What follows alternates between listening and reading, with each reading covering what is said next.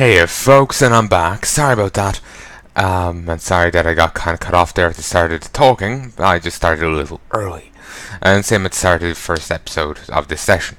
I get worried every so often when I'm talking. Just about the commentary. Do I sound fine? Did I say something stupid kind of thing? So, I'm just eyeballing a few things right now. Yeah.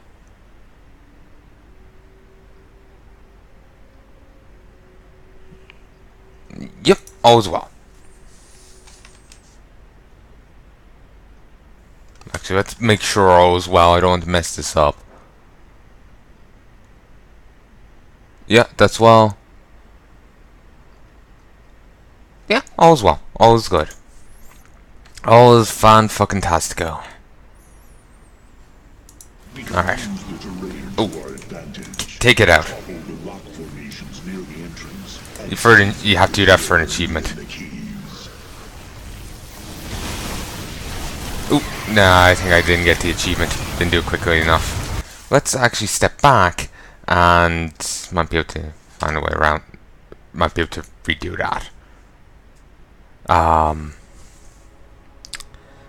Yeah, you have to do it within like 30 seconds of the thing opening. And I think I took a little too long to do the second one there.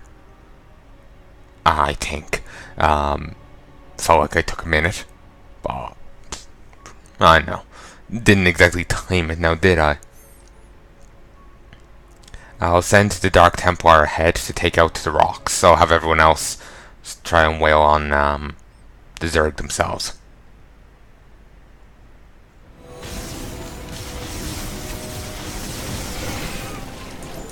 Go back. It's over here. The third lock has been disabled, and the megalith is on the move. My readout shows Cybros beginning to awaken from stasis. It's nice how these aren't attacking these again. Sorry. For actual English, press 1. The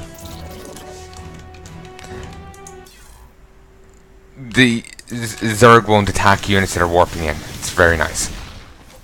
Don't go there. Okay. Go there. I am detecting a large number of Zerg bioforms in the there. network ahead. We can use the terrain to our advantage. Topple the rock formations near the entrance and seal the Zerg within the cave. Oh, that went weird. That's a little worked. A significant number of Zerg have been detected in the caves ahead. You've already said that. Ooh, there's one just here.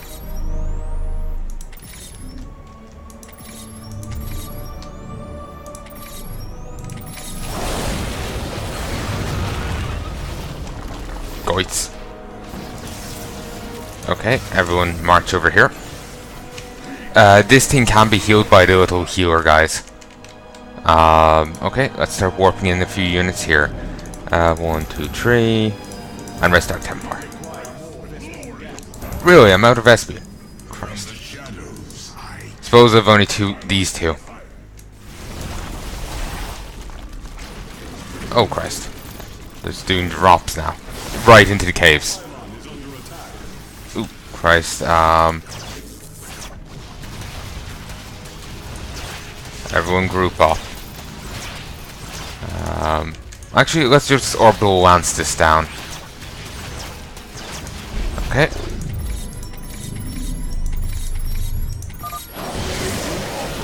Ha! The megalith is now disabling the fourth lock. Nice. You know, you think they would have a better system for this? Rather than have to escort the thing around an area. I suppose it wouldn't be as fun if you just go up to the computer screen and twiddle a few things, but this just seems awkward.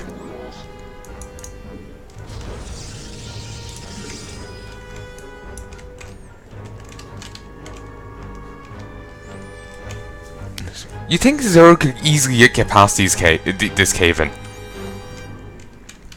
Maybe it's meant to be look more extreme than it actually. Maybe it's meant to be more extreme than it actually looks. Maybe that's the case. If only like a single vanguard. Let's grab a couple more.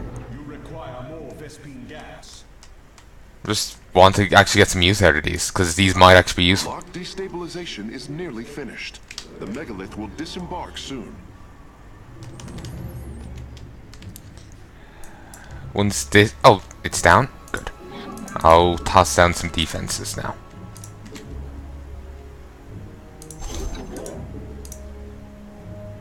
I know this is last one, but in case we get attacked while we're heading over, and I don't have the lance up, I need some defenses here.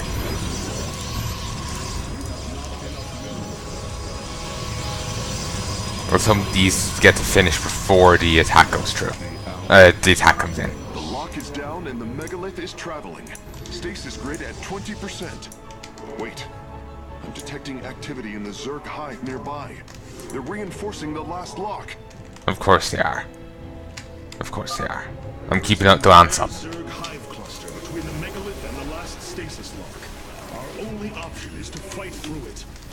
Of course. Just need some vision of it. Okay, someone killed the fucking air units. Okay, now I got some vision. I'll keep the...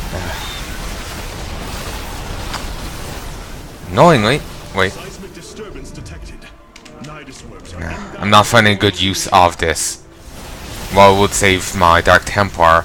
Not sure if it's the best use of it.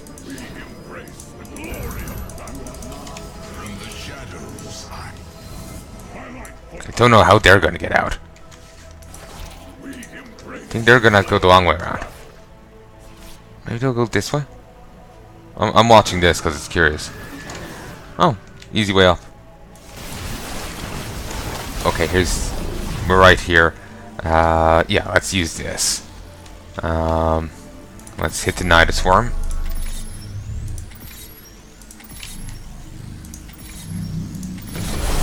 Even if the Lances didn't kill the Nidus Worms, as long as it softens everything up, it'll make things easier for my units to kill. I'll get in some more zealots. I need another base right about now. Actually, fun enough, there's like, well, okay, beyond here, there's only one base on the level. I suppose I'm just used to there being more or something. I suppose it's a case of you don't really have time with this thing here to set up another base and do all that base management.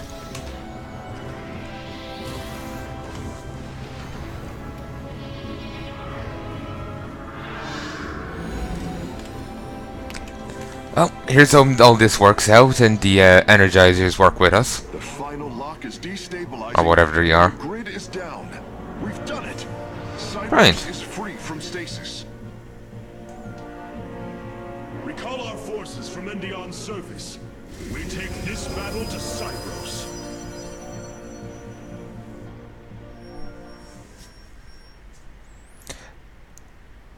I didn't destroy them all. Huh. I wonder what I missed. Must have been off the beaten path. Or unless they want me to destroy all the little scenery kind of things that your units will otherwise march past. I doubt that though. That would be a little cruel. There must have been more Zerg structures off the beaten path.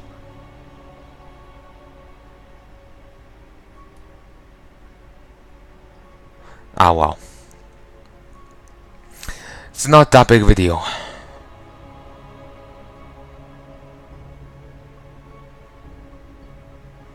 And I do have air units. I could have done it that way. I'm actually kind of forgetting I have air units. I'm more focused on my ground army. A new faction has joined our forces in the War Council. Really? I assume your plan is to bind these robotic warriors to your will. They will be allowed their freedom, much like Phoenix. Making slaves of them is what led to their revolt before. Oh, this foolish idealism taxes my patience. Idealism? They are the replications of our greatest champions. We seek to free your people from Malash, and yet you desire to enslave mine? I care not for freedom, it softens a people. I will dethrone Malash, and save my kind from oblivion. But they will not be free. They will serve me. Freedom is a delusion, granted to the weak by the strong. You speak as Amon does. For the sake of your life, that will change. Instill the Phoenix machine as the new executor of the Purifiers, and use them as the tools of destruction they were built to be. I have to say, I kind of like Alarak's, you know, voice. I know, it works. For each secret I unravel, another lies in wait. The Xel'naga think in ways I can scarcely understand. It is unreasonably frustrating. Who knows, maybe designed this intentionally to be frustrating. Curious. This Terran research speculates the Keystone would kill any Protoss near it. Such a simple interpretation of the evidence. Huh. The material inherently absorbs void energy and redistributes it. Now, if we only had a scalable source of void energy. The material inherently absorbs... Okay, he's just cycling. Worked, Karax. The stasis grid is down. We must act now.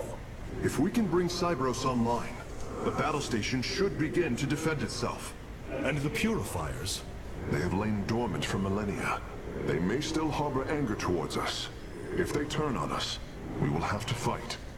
We failed them before, not understanding what it was we had birthed.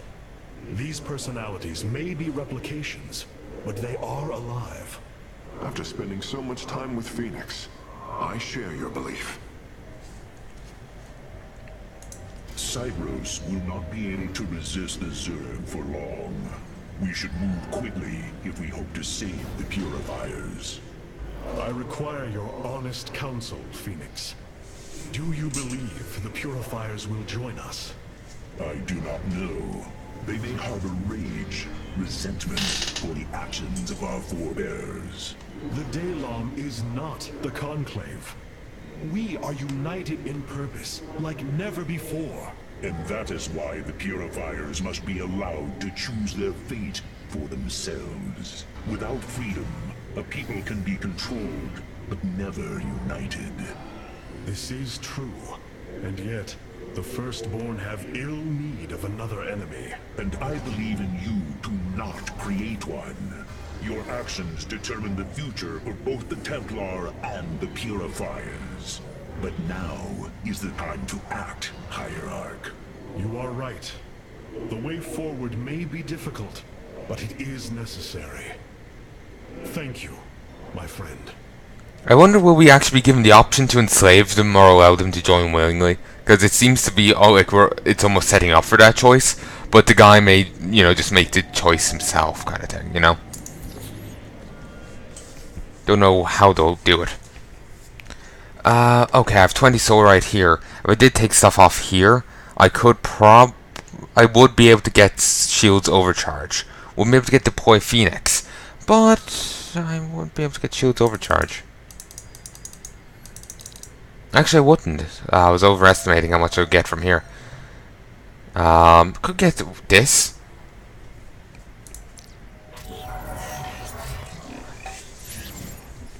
That is actually seriously nice. It allows Stargates from robotics facilities to warp in units, so I can warp them in pylons, and it's 20% faster than original build times. So if I just toss down a bunch of Stargates, it can just warp in a bunch of Phoenix, warp in a bunch of Colossi. Excuse me, from a robotics facility bunch. It's a lot better than what we currently have to deal with, but we do miss out on orbital simulators, which is disappointing. Doesn't mean you have to produce more drones, but then again, being able to warp in a bunch of Colossi, that's just too nice to pass up.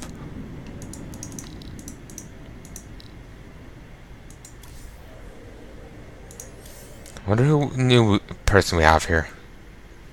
Oh, must be here. Maybe it's more energizers. Why was Endion chosen as the world Cybros was to orbit? For thousands of years, it has been a research retreat. Here, Protoss scholars secluded themselves from political affairs to focus on the task of devising technology that would benefit the Empire. The Psi Matrix was first conceived here. When it was decided that the purifiers would be shut down, they became a symbol of achievement, but also the dangers of it. So they were brought to a research colony. Where better than a place where our greatest scientists resided, constantly improving Cybros' stasis field. And how many resided on the world below? 800,000 palanai, a contingent of Templar. I only hope their deaths were swift. Indeed. At least they weren't Terran. Terran could be infested. That's not a nice fate. Then again, actually, how much of themselves does the Terran keep? Like, if they're completely gone, gone, as for all intents and purposes, they're dead, it's not too bad. But if they keep any bit of themselves, that's pretty fucking nasty. Rohana, is this all that remains of our standing forces? Yes, although many of our warriors are in stasis, and the Spear of Adun is fabricating new technology as soon as it is encountered. I see. Even so, we must focus on expanding our available weaponry, however we can. If you would listen to me just once. The purifiers are dangerous. Perhaps you must learn this firsthand. They cannot all be like Phoenix Hierarch. I had no idea what that was gonna be. God damn. They cannot all be like Phoenix Hierarch. We have received new robotic siege technology, Hierarch. Please make your selection. Okay, so the Colossus is considered part of the Purifiers. I guess that makes sense, because the Colossuses themselves were sealed away. Well, much like the Purifiers were, I guess. Kind of makes sense. I don't know, I'm guessing here. Their attacks set the ground on fire, damaging enemy ground units over time. Deemed too dangerous for use after the Kalat intercession, the Purifier program's Colossi utilize even more destructive incendiary weaponry. These are the ultimate purification machines. Okay, I might use them. Or these. Automatically built scarabs that explode for area damage around their targets. Bonus damage to structures. Once a mobile manufacturer modified for war, the Reaver's siege capacities have been vastly improved. Karax has upgraded them with automated scarab production based on the Spear of Adun's Starforge. Okay, it's tempting to use these again as a callback to StarCraft 1. But I'm really tempted in using the Colossi. I know I can switch when I want, but still. And I do notice now this one's flickering. Oh, god damn, this is tempting.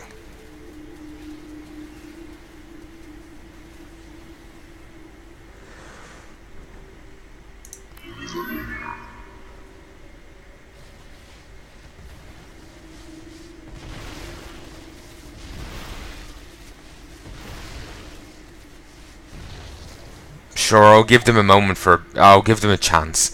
I'll try them out for a level or two, then I may switch back to the Colossi. New Tal'darim robotics have been constructed based on Alarak's specifications.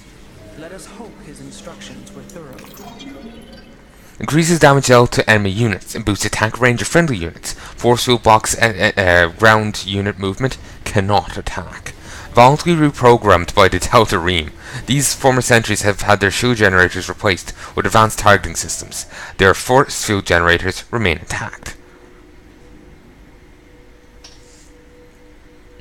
Squad sight passively increases the range of all nearby friendly units by 2. And it can toss out that, and it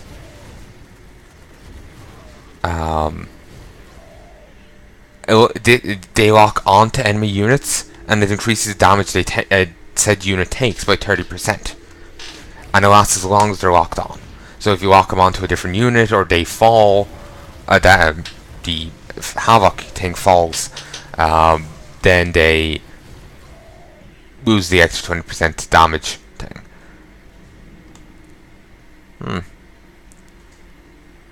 They get force fields. I'm actually tempted in trying the Energizer one here. It's actually weird, I was getting Energizer Purifier units before I actually encountered the Purifiers. Then again, we did find some Purifier stuff earlier on, so it did make some degree of sense. Not all the Purifiers were locked away on Cybros.